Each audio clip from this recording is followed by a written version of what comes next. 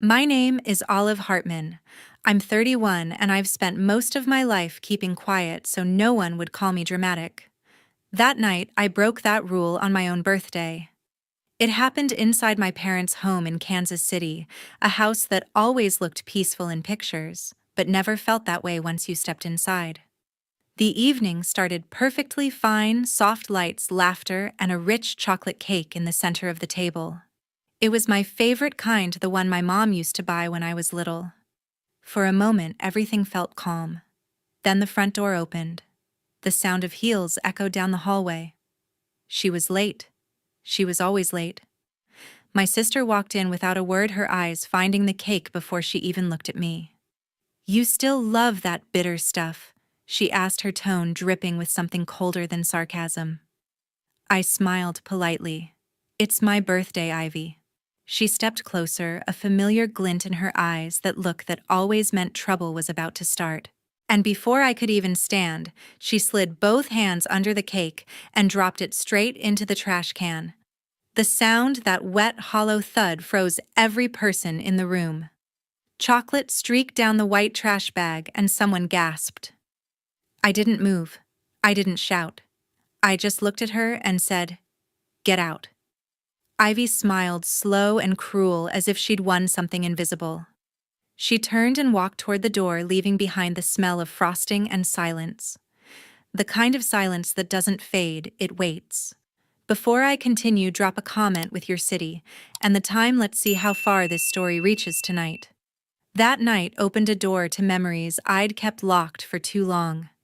It wasn't the cake, or the silence that followed it, was the same sting I'd felt all my life. The house in Kansas City still looked the same, but in my head, I was back to being the little girl who could never win. My sister Ivy Hartman was always the sun, and I was just the shadow that came with it. When we were kids, Mom brushed Ivy's hair every morning in front of the mirror, smiling like she was touching gold. "You have such grace," she'd say, while I sat beside them tying my sneakers. Then she'd look at me. "Olive, be more like your sister." That phrase followed me through childhood like an echo that never stopped. I helped clean the kitchen, got straight A's, never talked back, but it was never enough. Ivy could do no wrong. One afternoon, Ivy broke Mom's favorite crystal vase while spinning in the living room. I ran in with a broom ready to help, but before I could explain, Mom snapped, "How careless can you be, Olive?" I froze, the broom still in my hands. Ivy bit her lip, pretending to be sorry, though her eyes glimmered with satisfaction. That day, I learned in our house truth was optional, but favoritism was not. Dad worked long hours and rarely got involved. When he came home, Mom's word was law, and Ivy was always right. I found peace in school, where teachers saw me for who I was. I joined clubs, won awards, and finally felt seen. But every time I brought home a certificate, Mom barely looked up. "Grades don't matter. Manners do," she'd say, while Ivy showed off a new dress. After a while, I stopped trying to impress her. I started shrinking my success so no one could accuse me of competing. When I left for college, I thought distance might fix things. I was wrong. Mom called me once a week but always asked about Ivy first. Ivy had just started art school out east, and the family threw her a big farewell dinner, balloons, photos, even a prayer. When I got a partial scholarship, Mom just said, "That's nice, dear." That word "nice" hurt more than any insult. 6 months later, Ivy dropped out, but there were no lectures, no disappointment. "She needs time to find herself," Mom said while sending her money every month. When I offered to help pay Dad's hospital bill years later, Mom replied, "You shouldn't have. Ivy feels bad she couldn't." Somehow, even my kindness became another reason to praise her. As adults, the pattern didn't change, it only matured. Ivy's mistakes were misunderstandings. My boundaries were cold. Family dinners were still a stage, and Ivy was still the lead. She talked about her new projects, her friends, her life, while I just nodded. I'd learned to keep quiet to avoid becoming the problem. But silence doesn't make peace. It only hides pain.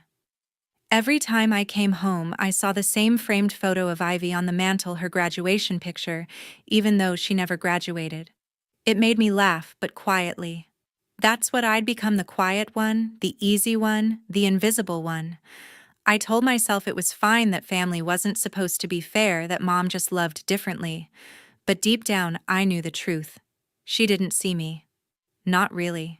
I had spent 30 years trying to be heard by people who only liked their own version of me, obedient, quiet, grateful.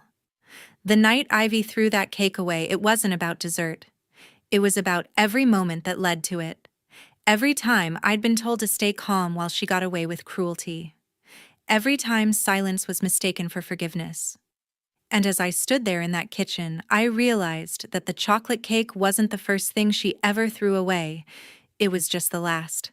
The cake wasn't just about chocolate, it was about 30 years of swallowing silence. By morning, the house was quiet again, but my phone wasn't. The scent of frosting still lingered in the kitchen, mixed with the faint bitterness of coffee and something heavier embarrassment. I moved slowly, cleaning the mess from the night before, the trash can still half open with bits of chocolate clinging to the rim. My husband Mark offered to help, but I told him I needed a minute alone. There was something strangely peaceful about wiping away the remains of someone else's tantrum. I loaded the dishwasher, grabbed a rag, and noticed the small red light blinking from the security camera on the shelf. I had almost forgotten it was there. Curiosity nudged me. I opened the footage on my phone. The screen lit up with the moment Ivy picked up the cake. Her jaw tight, her eyes daring me to react. The sound of the plate hitting plastic made me flinch, even through the tiny speaker. For a few seconds, I just stared, the video looping back to the beginning, proof that what happened wasn't exaggerated, wasn't imagined. Then my phone buzzed again. A text from her. "You overreacted. It's just cake." I stared at the message, the audacity of it burning hotter than anger. I typed 3 different responses and deleted them all. None of them mattered. I tossed the phone onto the counter and kept cleaning. A few minutes later, Mom called. Her voice was soft, almost rehearsed. "Sweetheart, I talked to your sister this morning. She feels terrible. Don't start any drama, okay? It's not worth it." I pressed the phone tighter to my ear. She threw my birthday cake into the trash. "Mom." Silence. Then she sighed. "I know, honey, but families fight. Just let it go." She always said that, let it go, as if peace required pretending. I didn't answer, just mumbled that I was busy and hung up. An hour later, Dad called.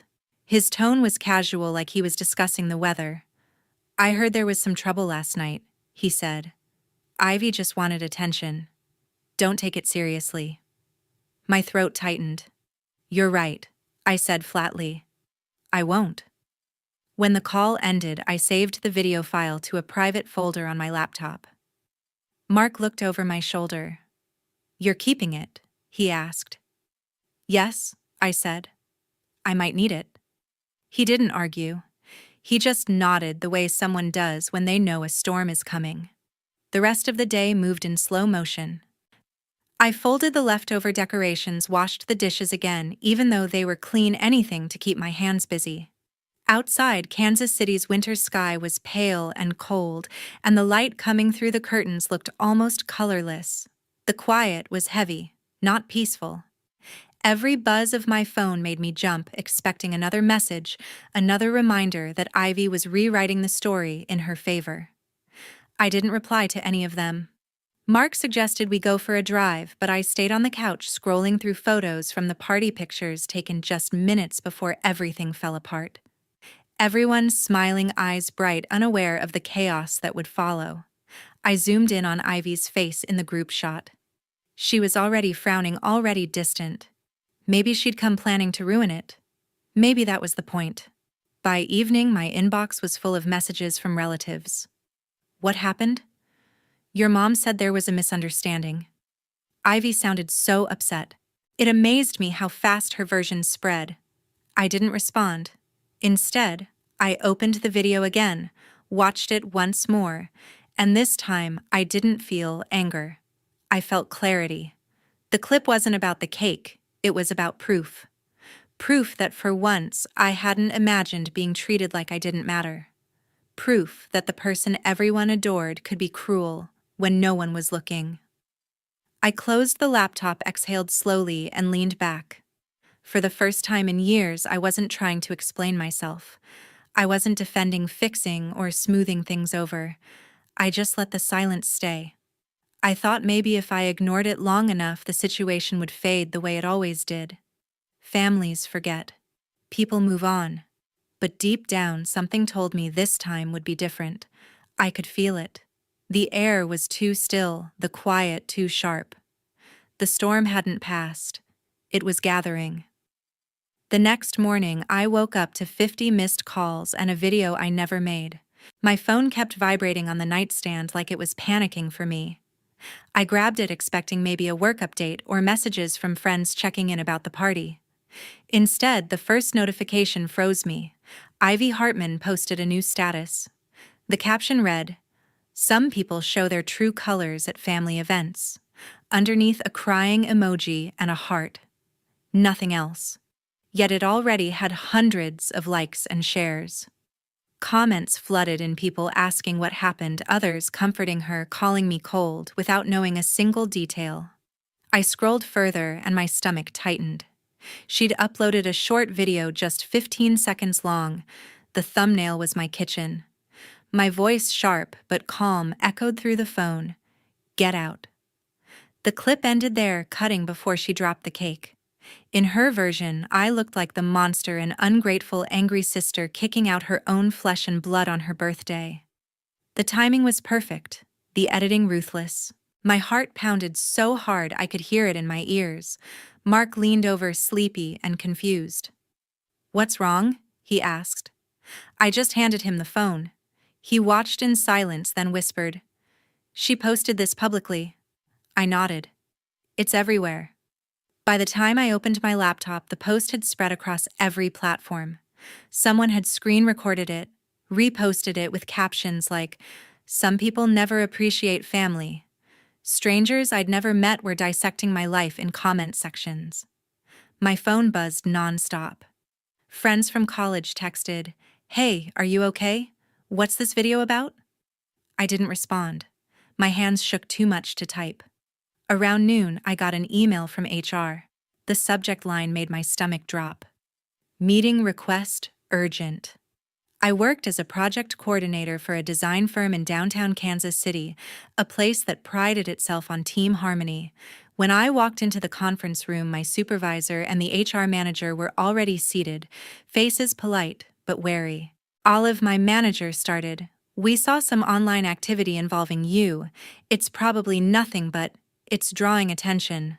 The HR manager added gently, "We understand it's a private matter, but because your name and face are visible, it's affecting our brand image." I opened my phone and played the original security footage from the camera, the full clip showing Ivy throwing the cake, me standing still saying almost nothing. For a moment, the room was silent except for the hum of the AC. My supervisor exhaled. "That's quite different from the version online." I nodded. "It usually is." HR cleared her throat. "We recommend not engaging publicly. These things blow over faster if you don't feed the fire." I wanted to laugh at that "don't feed the fire." Easy advice from people who'd never been burned. Still, I said nothing. They thanked me for being professional and suggested I take a few days off to let things settle. Before I left, my supervisor added, "We'll temporarily reassign your project tasks to avoid distraction." In the elevator down to the lobby, my reflection looked pale and unfamiliar. I wasn't angry yet. I was hollow. People passing by probably thought I was just another office worker having a rough morning, not someone whose reputation was being torn apart by her own sister. Back home, I sat on the couch, scrolling through comment sections like watching a slow-motion car crash. I couldn't stop. Who treats family like that? Poor Ivy, she deserves better. Some sisters are just jealous. The words blurred into noise, but the sting stayed. I turned off the phone, tossed it onto the coffee table, and stared at the blank TV screen. Mark came in quietly, set down a cup of tea beside me, and said, You don't have to prove anything to anyone. His voice was calm, but I could hear the anger underneath. I took the cup, hands trembling. They think I'm the villain, I said softly. They always have, he replied. The afternoon dragged into evening, my inbox filled with messages from coworkers, half curious, half cautious. A few defended me privately, but most stayed silent. I could tell people were picking sides even if they didn't say it out loud. When the sun dipped below the horizon, I walked to the window and looked out at the streetlights flickering on. For years, I'd cleaned up Ivy's chaos, her lies, her apologies, her messes. But this time, something felt different. My humiliation wasn't private anymore. It had a comment section. And for once, I wasn't going to clean up her mess quietly. A few days later, Mom called, her voice trembling like she knew what was coming. She didn't say much, just that Dad wanted everyone to talk things out. The tone in her voice wasn't a request. It was an obligation. I agreed, though. My chest tightened the moment I hung up. By the time I pulled into the driveway of my parents' home in Kansas City, the winter air had turned sharp enough to sting my skin. Through the living room window, I saw Ivy's car already parked outside. Of course, she was early. She always was whenever there was a performance to give. Inside, the air felt colder than the weather. Mom sat at the dining table, hands clasped around a cup of tea she wasn't drinking. Dad stood by the window pretending to read the newspaper. Ivy sat opposite them, her makeup flawless, her expression carefully fragile. Olive Mom started, her voice soft but strained. We just want to fix this. Families shouldn't fight in public. I pulled out a chair but didn't sit. Then maybe families shouldn't humiliate each other in public either. Mom flinched, glancing at Ivy, who instantly teared up on cue. I didn't mean for any of this to happen, she said, her voice breaking just enough to sound believable. People twisted it. I was just hurt. I raised an eyebrow. Hurt? You edited a video and posted it to thousands of strangers. Ivy sniffed dramatically. You made me look bad, first, Olive. Everyone thinks I'm the villain because of your reaction. Because of my reaction, I said, keeping my voice calm. You threw my cake into the trash, Ivy. Enough, Dad interrupted, lowering the newspaper he hadn't read. She made a mistake, but she's still your sister. We're not choosing sides. I met his eyes. You always say that when it means protecting her. What about me? He frowned. You're stronger. She's more sensitive. You know how she is. I laughed under my breath. Yes, I do. I know exactly how she is. Mom's voice cracked. Please, can't we just let this go? The neighbors are starting to talk. I turned toward her slowly. You care more about the neighbors than about what she did to me? Her eyes darted away. That's not true. But her silence said otherwise. Ivy dabbed her eyes with a tissue. I just want my reputation back. People at work are whispering. You ruined my name. I exhaled, reached into my bag, and pulled out my phone. Fine, I said. Let's watch the whole thing together. The room went still. I pressed play. The sound of laughter from the birthday party filled the room, followed by the thud of cake hitting plastic Ivy's face, twisted in anger, and my voice quiet, steady, saying, Get out. The clip ended. For a moment, no one spoke. Then Dad cleared his throat. She made a mistake, but she's still your sister. His repetition landed differently this time, heavier, emptier. I looked at him and said softly, And I'm still your daughter, but you never defended me. The silence that followed was louder than shouting. Ivy stood abruptly, chair scraping the floor. This is ridiculous. You're enjoying this, aren't you? She stormed out, slamming the door so hard the picture frames rattled. Mom called after her, but Ivy didn't turn back. The echo lingered. I stared at the door a moment longer, then turned to my parents. You wanted peace? I said. This is it. I walked toward the hallway, my boots clicking against the hardwood floor. Mom's voice cracked behind me. Olive, wait, please. I stopped, but I didn't look back. You always told me not to make trouble, I said quietly. But trouble was the only language you ever heard from her. I opened the door and stepped out into the cold air. The wind stung my cheeks, but it felt cleaner than the air inside that house. For the first time, I didn't feel guilty for walking away. I felt free. That night I realized silence had never protected me. It only protected her. For years, I'd mistaken quiet for peace, endurance for strength. But sitting alone in my apartment, replaying Ivy's fake tears in my mind, I finally understood that silence had only made me invisible. I opened my laptop and started typing names. People who'd once worked with her, studied with her, dated her, trusted her. The list was longer than I expected. I started with Claire, a former co-worker of Ivy's from a marketing firm in St. Louis. I hadn't spoken to her in years, but when I messaged her, the reply came within minutes. I'm not surprised she's causing trouble again. What did she do this time? We spoke over a video call that lasted almost an hour. Claire showed me screenshots of old messages where Ivy had bragged about manipulating clients to get free samples using my name as a reference to seem credible. She said you were her business partner, Claire explained. That's how she got deals. My stomach churned. Then came Michael, one of Ivy's old friends from college. He sent me an audio recording, her voice unmistakable, saying people believe anything if you sound emotional enough. Each new piece of evidence painted the same picture, a pattern of deceit polished over years. Within 48 hours, I had messages, screenshots, and recordings from 6 different people. Some were angry, others almost relieved to finally talk about it. One email stood out from the rest. The subject line read, "You should know this." Inside was a short note from a woman named Denise, who worked at a small skincare company. Your sister used your name to get free products for her social media review account. When we asked for proof of partnership, she blocked us. She attached the receipts and a screenshot of Ivy's old profile with my name tagged under collaboration. I stared at the evidence folder on my desktop. Dozens of files, each one a small lie that had finally found daylight. I didn't feel joy. I didn't even feel anger anymore, just clarity.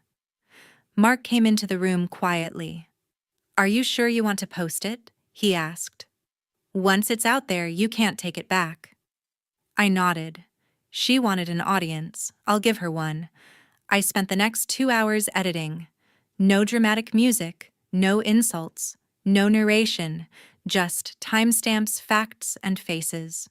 The first clip showed Ivy throwing the cake. Then screenshots faded in emails, texts, voice recordings.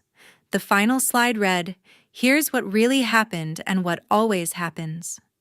When I uploaded it, I didn't expect much, but within an hour, the views climbed fast. People began sharing it with captions like, "Finally, the full story and proof speaks louder than tears." The comment section became a flood of support. I knew something was off about that first video. This woman deserves an apology. Never underestimate quiet people, they're just gathering evidence. By morning, the video had hundreds of thousands of views. Ivy's original post had vanished, her account deleted. A few of her old friends posted vague messages about truth catching up. I didn't reply. I didn't need to. Mom sent a text, "We saw the video. We just want this to stop." Dad didn't message at all. For once, their silence didn't sting, it felt like admission. I stepped out onto the balcony, the city still half asleep under the early light. For years, I'd carried the weight of defending myself quietly, waiting for fairness to appear on its own. But fairness doesn't come when you stay silent, it comes when you show what's real. The wind picked up, brushing my hair against my cheek. Somewhere out there, Ivy was facing what she'd built with her own hands. And for the first time, I didn't feel small under her shadow.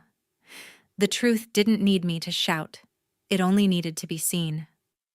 Within a week of my video going viral, Ivy's world began to collapse in slow motion.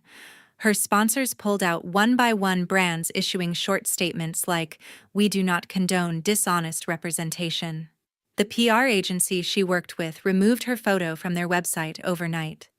By Friday, her email bounced back with an automated message: "This account no longer exists." The ripples spread fast. Her neighbors, once eager to wave across the lawn, now turned away. Mutual friends left the group chats she'd created, the ones where she used to brag about brand deals and managing her image. Screenshots of her old posts resurfaced with comments dissecting every fake moment she'd ever staged. The internet never forgets, but it does love a reckoning. Mom tried to defend her online, at first posting vague comments like, "We all make mistakes. Please stop the hate." But the responses came swiftly. Mistakes don't come with receipts. She deleted her comment within an hour. Dad stayed silent. His silence said more than words ever could. One morning, an envelope slid under my apartment door. The logo on the corner was from a law firm. Inside was a letter from Ivy's attorney demanding I cease and desist and remove the video for defamation. The tone was formal, threatening, desperate. Mark read it over my shoulder and said quietly, "They're bluffing." I called the lawyer listed at the bottom, gave my name, and said, "Every file in that video is real and time-stamped. If you'd like, I can send you copies for reference." The call ended within 3 minutes. The letter was never followed up. 2 days later, Dad showed up at my door. He looked smaller somehow, his shoulders hunched, his usual calm replaced by guilt. I hadn't seen him since the family meeting. He held his hat in both hands, twisting it slowly. "Olive," he said, "I should have seen it sooner. I wanted peace so badly I ignored the truth." For the first time, I didn't feel the urge to comfort him. I simply nodded. "You still can see it?" I said softly, but from a distance. He swallowed hard and nodded, eyes glassy. "I understand." When he left, I closed the door gently, not angrily. There was no satisfaction in being right, just relief in being done. Meanwhile, Ivy moved back into our parents' house. Her apartment lease ended early when her landlord decided not to renew. Too much attention, he'd told her, according to Mom. The sponsorships dried up completely. Her so-called friends stopped answering. The glossy image she'd built for years shattered, leaving nothing but silence and whispers. Sometimes people online tagged me in her old photos as if to ask whether I felt vindicated. I never responded. Justice isn't about celebration, it's about clarity. Weeks later, I received an unexpected email from my old manager at the design firm. The subject line read, "Opportunity Chicago Branch." They'd seen how I handled everything publicly, quiet, factual, steady, and wanted me to lead a new project team, a promotion and relocation all in one. I reread the email twice, half disbelieving. Chicago. A fresh start. That evening, I drove through downtown Kansas City one last time. The skyline glowed under the sunset, familiar but smaller than I remembered. I parked by the bridge overlooking the river, the same place Mark and I had gone on our first date. The water shimmered gold, and for a moment I thought of everything that had led here: the cake, the silence, the storm, and finally, the calm. When I got home, I packed my things quietly. Just essentials. The rest could stay behind. Before closing the last box, I found an old family photo, Mom, Dad, Ivy, and me, all smiling like we believed in that illusion. I placed it in the drawer instead of the suitcase. Some memories are better left in the house they belong to. As the night deepened, Mark asked, "Do you think she'll ever change?" I thought for a long time before answering. "Maybe," I said. "But I won't be around to find out." When we finally pulled out of the driveway the next morning, the air felt lighter. The city shrank in the rearview mirror, but my chest felt wide open. The truth had echoed long enough. Now it was time to live without it chasing me. A year later, I stood in the same kitchen, same walls, same silence, different me. The late afternoon light spilled through the blinds, touching the countertop where that cake once stood. I wasn't haunted by it anymore.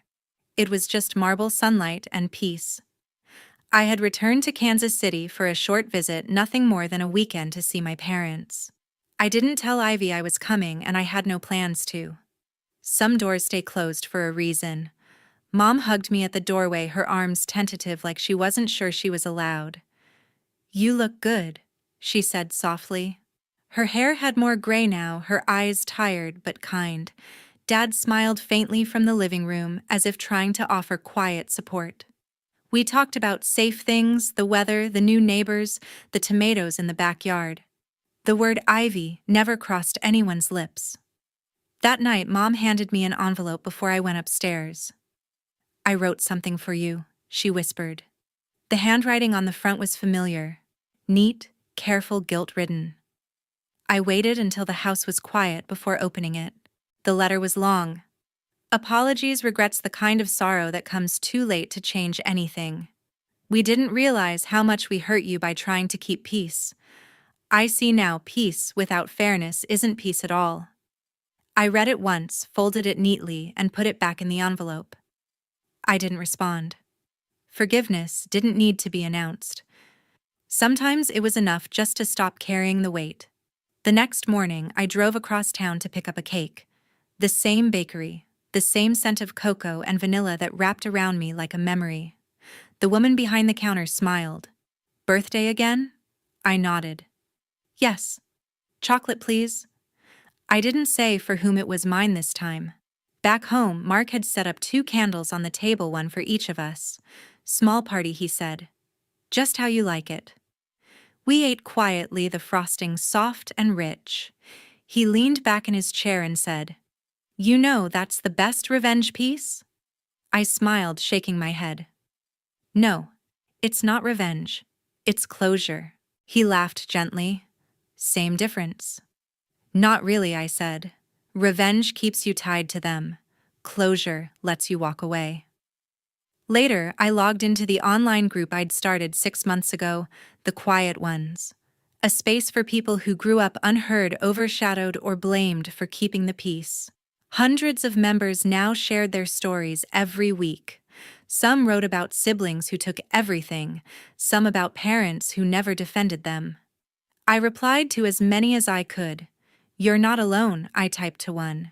"Your worth doesn't need their validation."